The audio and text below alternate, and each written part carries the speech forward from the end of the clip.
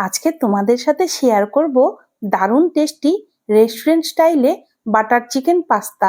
সবার প্রথমে 300 গ্রাম boneless chicken নিয়ে গোলমরিচের গুঁড়ো, নুন, লঙ্কার গুঁড়ো আর আদা রসুনের পেস্ট দিয়ে ম্যারিনেট করে রাখবো।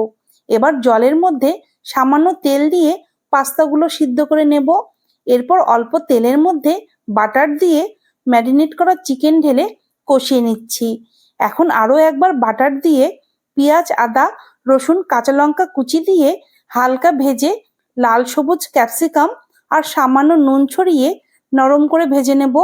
এবার দেব সিদ্ধ করে রাখা পাস্তা, গোলমরিচের গুঁড়ো, পরিমাণ মতো নুন, লঙ্কা, জিরে ও ধনের গুঁড়ো, একটু ম্যাগি মশলা, সোয়া চিলি, টমেটো সস আর চিকেন দিয়ে খুব ভালো করে মিশিয়ে নিলেই তৈরি আমাদের টেস্টি বাটার চিকেন পাস্তা।